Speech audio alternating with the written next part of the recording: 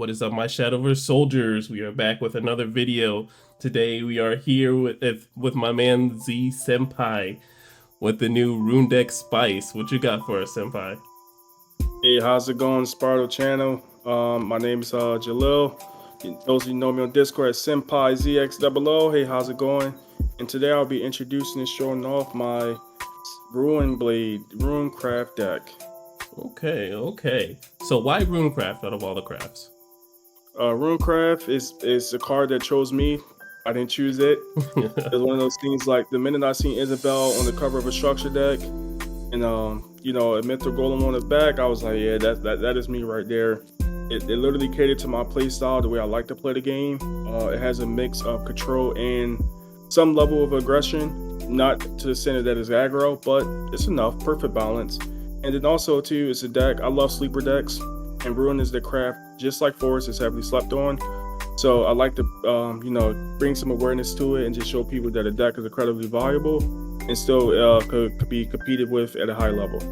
Okay. So how did you come about Runecraft? Runecraft was just a craft that I just enjoyed. I like their cards. I like Merlin. Like Merlin, I think is every card of mine or every card in the TCG realm. I have like a favorite card, and right now Merlin is that card. Like in Shadowverse, she is my card, and Isabel again, she is Bay. Okay. Right? Gotta love the bays. All right, what was your thought process when you were building Runecraft?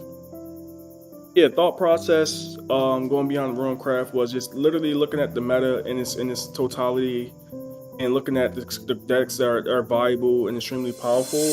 And at that point, honestly, it's like Shadowverse is so balanced and well designed that I think every deck is valuable or could be played to some degree. It's really just, you know, it's the craft that, to me, like Ruin is the craft that is not a helmet deck. I'm not a fan of helmet decks. I actually like to think about my plays, and this is a deck that allows you to, like, you have to think 4 or 5 steps ahead. And since I play since I have played Rune deck as the deck that I started off with, I've gone to other decks and able to use those decks at a high level of because just Rune, how fast you have to think and process and know exactly what the deck does and what your opponent is doing and know what to do in response. So it rewards the player for being good. Okay. So let's go ahead and get into the deck list. All right, let's explain this Runecraft deck for us. Yeah, absolutely. Let's get into it. Alrighty. All right, let me move that leader. I'm sorry about that. We could just edit that. All right. As we get into the deck, so I'll start with the spells. So here for the spells, we have 1 Demonic Strike. The card is crazy. I had cut it out for some period of time, but you really need it. It helps close out the games. That 6 damage matters. And now we're in the meta where, you know, you can just commit to every monster on the board. Having a constant 3-up that your opponent has to deal with is really good, right? Really good. So Demonic Strike helps close out the games, help do damage. This is where a lot of your damage comes from. More damage that Rune does, the better that you can. The better that you can win. Like, right? The more chances you have to win. Right? Double. 1 execution. I'm the only deck that can play it at 1, right? Other decks have to play it at multiples. If you choose not to, well, you're gonna have a difficult time against like Amulet specifically, or just difficult boss monsters. Like for Forest, you have to deal with Shenlong. With Ruin, you have to deal with Amulets or anything like Genesis Dragon, stuff like that. Obviously, you can't interact with Forte. I wish, but like this is a card you can play at multiples, and because I play Merlin, this card is played at 4, right? And that is it for the 1-up spells. So as for the other spells, 2 Fire Chains. Fire Chains is really good. This is a card that you could play at 3. It's not really a player preference. It's really one of the things like you have to kind of figure out. This card is good based off the meta, right? If you see more aggro and more sword, obviously you want to up this account, right? But if you're seeing more Haven in the cards that just like you really don't get value off of it in turn 2, like this card you can play in lower count, and that's the reason why I reduced it, because in aggro it's really good against other cards that just often pass say turn 2 and 3. You're really just using this to get in the graveyard for future use. But at that point, cards like Surefire Bullet just becomes better. Cards like Bullet becomes better. So yeah, so play the set too, right? Mm-hmm. Good early on, late game, you have better cards, right? Ryan one. This card literally is broken. You want to play Bell, you will be drawing Bell for 3 turns. That if that's the game you want to play, anything that doesn't have an Evo, this card just deals with, right? And I don't think deal is a correct statement. It just pisses your opponent off, right? To better explain, because it's just a card that your opponent that if it does not have an Evo, Ryan Win will do everything it needs to. Cards like Abyss, like you would literally be playing the same monster or not play that monster at all. Because of that, anything that does not have an Evo, Rhyme one is that card. You can play this card at 1 if you opt to. I really like this card at 2. Again, it's really meta dependent. If you see more Abyss and more cards like Dragon and stuff like that, this is well, not Dragon. I mean not Dragon. Swordcraft. It's really not that impactful because pretty much all the cards have fanfare, and then on fanfare they get another dude or something like that. So you really don't want to bounce that. But bouncing it back to the top deck, this is where this card becomes really good. That's Spellchain 10. But early on, this card's really good as well too, depending on the deck that you're playing against. Okay. 3 insights. Self-explanatory. It's an Upstart Goblin. Draw a card. It's a card I wish that did more, but you can't argue in a turn 1 insight, right? This card really good. I hate seeing this though often like in conjunction with Merlin because like I'd rather see another more impactful spell than Insight. Seeing this off of Merlin is just bad. You would never play Merlin, therefore it sets you back a turn if you don't have anything else. So that's where that card really loses its value. But oftentimes it's good. It's a good draw. 2 Witch Bolt. This is another another what's the word I'm looking for? A card that people are indifferent of. Like Mm-hmm. I like this at 2 because again on 3, this literally says on 3 I can do with any card that you'll play. That's what this card says on 3, right? Like oftentimes, like unless your opponent goes wide, right? And then at the case you have fire cards like Fire Chain because then you're just punishing them from going wide. If your opponent plays a single card on 3, this card deals with it.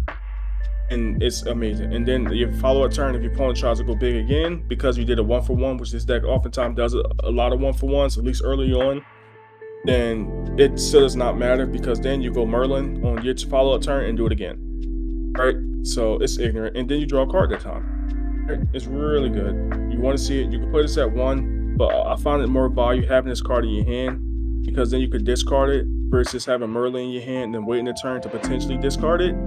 Like you want this to up. I hate the fact that you have to a card that you want in the graveyard to resolve off of Merlin. Like I want that card in the graveyard for that reason. Not having to Merlin search that card, wait a turn to get it in the graveyard, then evolve Merlin to play it. Like it's so terrible. I'd rather much just be able to play the card, right? So up this card at 2. This card is not a one-off. Fire Embrace. This card is crazy. Oftentimes your win condition. So many times my opponent has 3 left, and all the burn damage that your opponent that your deck deals with over time. If your opponent isn't constantly healing, is like it's just killing them, right? You just deals with it. This card is literally an execution and a demonic strike in one. I don't know what they were thinking when they printed this, but this is crazy. Granted, you don't get the demonic strike effect until Spellchain 10, but who cares? You still deals with a monster early on, right? I do not care.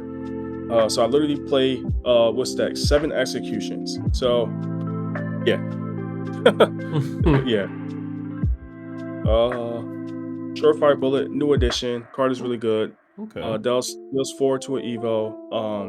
This is the reason why I put Fire Chain at 2 because this is at worst it's still a Fire Chain. At best, it deals with like cards like Priest of Condual, cards that's like really big, Dragon Warrior that is just that trade into your board. This is just deals with that monster, right? It's really good. You hit this, you go Surefire on your turn 2, and then your turn 4, you can pretty much do Surefire again with Merlin if you want second. That is really good value for that. 3 Angelic Snipes. Honestly, this is a card that you could be played at 2 because like you have cards like Surefire and Fire Chain, so you could play this at 2. I like this early on. I like having to get rid of like cards that are played on 1. I like getting rid of cards that, again, also aggro, especially new cards, the new aggro cards. This is the card, the reason why I really like playing this at 3 because pretty much everything in aggro that is early on is a 2 health, right? So Junk Snipe just deals with it. Like that's crazy. Like Devil, all their cards that's really good on early turns pretty much are at one. I mean, had two health, and the Junk Snipe just outright kills it. And to me, that is ridiculous. And if you don't know, if your opponent's playing Abyss, play Ruin, and they would never play the game.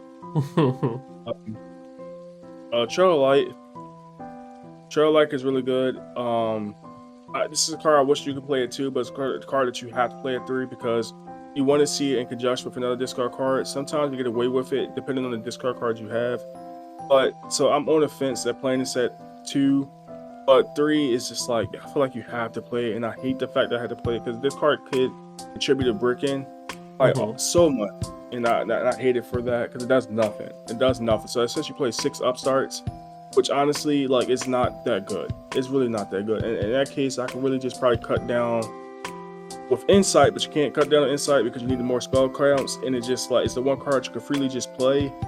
It's like, it puts you in this awkward position. So when people say you brick in Ruin or you can brick a Ruin, those two cards are the cards in conjunction or in tandem with another helps contribute to bricking. At least Insight helps get you out of that conundrum, right? So the God card into the monsters now. 3 Merlin, self-explanatory. This card is Bay. The reason why I play Ruin. I will forever love this card. She is the reason why I started playing this game. Literally was the first card I bought, like the first single. I bought a structure deck and I bought 2 Merlins, right? And from that point, I just like, I'm committing to this deck and I love her. Like, she is really good. The card does everything that you need. It does literally everything that you need from one monster outside of Aura, right? If this card had Aura, yeah. Oof, sheesh. If Merlin had Aura, my gosh. You know what I'm saying? But like, beggars can't be choosers, right? Merlin's really good. You oftentimes and the reason why you want to play like you want to play higher counts of these because Merlin into Witch Bolt, good lord, that is a crazy combo. Merlin into Demonic Strike, as you all know, that could just outright win you the game, like just period. Just outright win you the game. But yeah. 3 Craig, the new addition as well too from set 2. This card is the Forte killer because oftentimes your opponent play Forte, like you play Craig, draw 2 cards, and then kill Forte. That is your answer to Forte. Sadly, you don't have any other answer to Forte, outside of Mythic Golem or Runeblade Summoner. But everything else, the only thing you're doing is trading. I wish you could interact with it, but you know that would be too much. Like, right, if you can interact with Aura in this deck, I honestly think this would be the best deck. Like not even like happen here. Like, I really think it would be the best deck, but just outright just get punched by Aura. 2 Penguin, 2 Penguin. This card could be played at 3. Also, if you play it at 3 in conjunction with Craig, this does contribute to bricking because then you lower your spell count.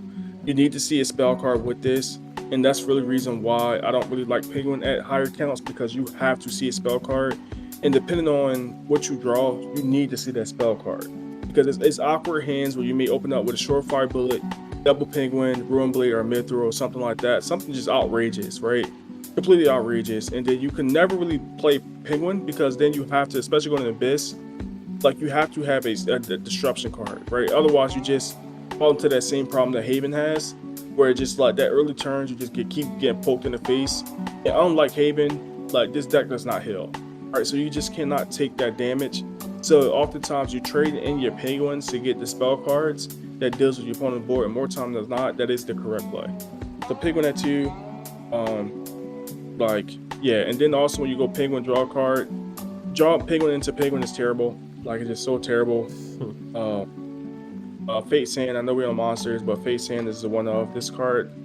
You could play that too. Triple Ruin Blade Summoner, self-explanatory. She's a vanilla at worst.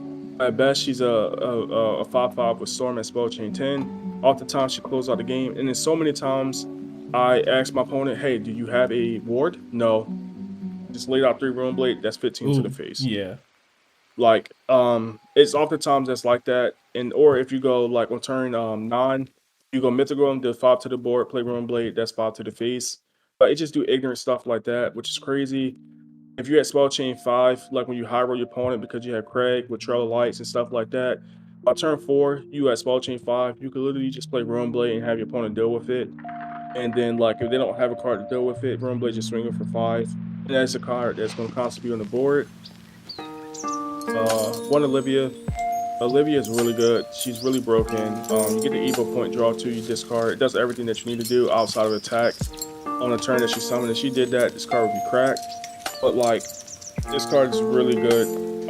Really good. You could play her at 2. But I like her at 1 up. You don't need to see her, but when you do see her, she's incredibly impactful. But oftentimes, depending on the turn, you really don't get to play her. But this is the one deck that allows you to play Olivia because she can play her on 5, and then you can use your other spell cards to do with the board before you play her, which is good. Okay. With Daria. Daria is ridiculous. This card, the later the turns go on, this card just becomes more powerful. I don't understand how people don't understand that, but that is the case with Daria. Like, the later the game goes on, like, yes, I'm not summoning a big behind Aegis that has aura and all this indestructible stuff. I'm not doing that stuff. But again, on turn 7, pretty much she becomes 3 cards. Like on turn 7, like, which is crazy. Or if you went second, on turn 6, she just becomes 5 cards. 2 cards, which is ridiculous. And oftentimes on turn 6, you can literally go like if you went second, you can go Daria, play to get rid of your hand, play 5, use Evo point, Evo Daria, play Olivia, and play like Runeblade or something, not Runeblade, play like Fire Embrace for free or whatever like that. And now you just have 2 monsters on the board. That's incredibly big. Alright, so Daria's really good. Really, really good. And last but not least, Mythic Golem. This is the card that ends the games. This is a card that's just incredibly, incredibly strong. Later the games go on, just like Daria, it puts your opponent in the risk of just outright dying through the burn damage. And then that 5/6, oftentimes your opponent can't deal with. And so many times I played against Dragon, when my opponent plays 6 or 7, it's turn 7, they go Forte. No, I'm sorry, turn 6, they go Forte. And I go, okay, my turn 6, play Mythic Golem. And yeah, turn 7 is literally an execution or try to play Shenlong and deal with it, and then I just interact with it with like a Witch Bolt or something like that, and they still take 5. And they literally can't deal with Shenlong. They really can't deal with this monster until they get to like a Shapeshifter Mage on set 1, or a card that just flat out deals with like Fafnir and stuff like that. So it really puts them in an awkward position. So you go Forte, like against me, like, and we're playing a fair game, I could just play Mythic Golem. Now you have to deal with this for 3 turns, right? Yeah. Until you get a card about it. And I get into the Evo deck. 3 Merlin, self-explanatory. People play this at 2. Your Evo space is not tight, so you can play this at 3. There's no reason not to play this at 3 because there are times when it comes up and it would be impactful when it does. 2 Daria. This card's crazy. You could play this at 1. I know people sometimes do play this at 1, but I don't see a reason to, because anytime she comes out, you want to evolve her. If you're not Evo and Daria, there's no reason to play her. Like, not a single reason to play her. Her effect, it comes from the Evo, so play the Evo. You want to play her, you want to Evo, you want to use her effect. I play 2, so you play 2 Evos. 2 Craigs. This card is also a Forte killer. It doesn't allow you to deal with Forte on your turn, but it still at least allow you to have a reliable monster just crash into it, because that's something that Penguin also does not do, which is incredibly terrible. Because if you play Penguin and you pitch a card, draw a card, Evo Penguin, you cannot kill Forte Seal. And that's just bad. Yeah. Because then you can't, like, it's terrible. Like, you drawing cards, it's not doing anything in that situation. So, like, that's where Craig really shines, because it still allows you to draw 2 cards and still interact with Forte or deal 3 damage to anything. As for the honorable mentions, before we conclude, some cards that I am in the fence of playing and you can kind of circumvent. Cycle, these are the cards I was thinking about. Thinking about upping Penguin count, but again, it constitutes a Birkin, so I'm really not that fan. Fire Chain to do it early game. If more Abyss comes in, you can up the Fire Chain count, and then still leave Penguin at 2, because Fire Chain in that situation is more impactful than Penguin. Fate's Hand, this card is really good. This is the one card I enjoy playing at 2. Because oftentimes when you just pass your turn and your opponent doesn't do anything because they don't want to get hit with a Fiery Embrace or something like that, you could just go Face Hand on that turn, draw 2, and get a play point, right? Which is really good. And then hit your Face Hand off of Daria is cracked, because then you just get a play point back, which is really good. And Olivia, I love Olivia, but she's not needed. So therefore, my theory is if you don't need a card, you don't need to play that multiples. If you Yeah. need a card, so you play that multiples. Okay. Okay. And that is All it for the deck. all right. Well, that was the main deck and the Evo deck. All right. So let's talk about your toughest matchups for Rune. What's your toughest matchups? Toughest matchup is Haven. Like, this deck is incredibly fair. Haven want to play a fair matchup, and they punish you as the game goes on. I can at least burn you, so if I can put enough damage on board, and that's the reason why I like Demonic Strike, and often the reason why I contemplate putting Demonic Strike at 2, because like on turn 3, they'll like if I do turn 3, use Demonic Strike, deal 3 to them, and then on turn 4, I go Merlin, especially if I go second. In turn 4, do Demonic Strike again. That's turn 6. Like, that's just 6 damage. And like they could try to heal that back, but oftentimes it's really, if I could really get to like a Rune Blade in that position, like it helps me close out the games. But Haven is by far the toughest matchup. And then obviously Heavily Aegis has Aura. This deck just can't do anything with Aura. Like he just it's frustrating. Yeah. You can't do anything to that ability. It's absurd ability. It's just nothing you can do. Like I could literally like have my entire deck in my hand, and my opponent has Forte or Heavily Aegis, and I go like, oh, all these cards are useless. Yeah. Just dirt. But the one thing you can do, which I wish, like it does matter, and oftentimes I have done this, is like play Mythic Golem, deal 6, and then Rune Blade into the Heavily Aegis. That's like 10 damage perfectly, but oftentimes now what opponents are doing are using the Sun card. There's a Golden Sun or whatever the one amulet that makes your opponent ward, and then crack it to get 2/2. Oftentimes they're doing that now, so now 10 damage is not enough. So like it still survives, and then I just committed 2 monsters into it and not even kill it, and that's just like, and then it still has Aura, right? So it's so hard to deal with. So Haven by far. So Haven is the worst matchup for Rune. You heard it here first, folks. All right, so you Yep. did talk about the honorable mentions, but are there any other changes that you would make to the deck? Nope, no changes. Well, one changes, and that is Archangel Arena. I like this card a lot. This is a card that is heavily slept on. It's a card that's a ward, allows you to make it for pretty much get free. Because your Evo points are so early on, like it's that impactful. So anytime on 4, you can just play your back, get your play points back, pass turn with a war on board, and then put all your put all your evolutions back. Because like Crack, you play early on, like Penguin, you play early on, like you just play it so early on. So by the time she actually comes out, you probably already have 4 Evos in your evolution pile, which to me is crazy, crazy. So you can just play her for free, right? So I do like that aspect. And also contemplate playing Gabrielle as well too. And my logic for playing Gabrielle, because one also is a ward. You hit her off with Daria. Daria becomes she becomes a 10. She becomes a what is it? A 10/9 with a Mhm. cell. So that allows you to also deal with Aegis as well too. So my opponent goes heavily Aegis, play their cards, whatever like that. I could literally go Daria and Daria into Gabrielle, because oftentimes because you're drawing a lot and you cycle doing your deck, you can manipulate your deck to know what you're gonna hit off of Daria. But I could go like Gabrielle, pop up my Daria, make it a 10/4, I mean a 10/9, swing it to heavily Aegis, and then I have a ward to back it.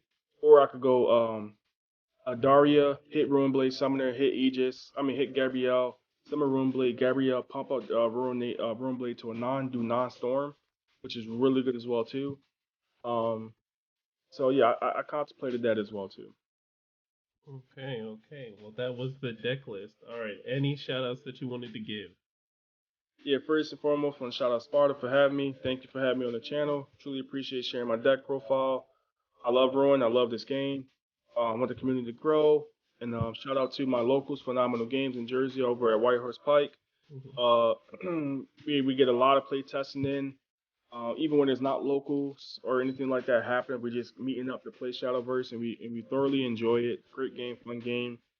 And also shout out to the missus, man. She allows me to play this game way past bedtime, so it allows me to travel and just enjoy the game for what it is, man. But yeah, Yes. that's pretty much it. We love our female friends, and thank you so much for joining us today. And all right, guys, that is it for the video. I love you guys so much, and make sure you're safe and doing whatever you do tonight and whatever you do for the rest of the year. I love you guys, and I will see you in the next one. Bye. Thank you.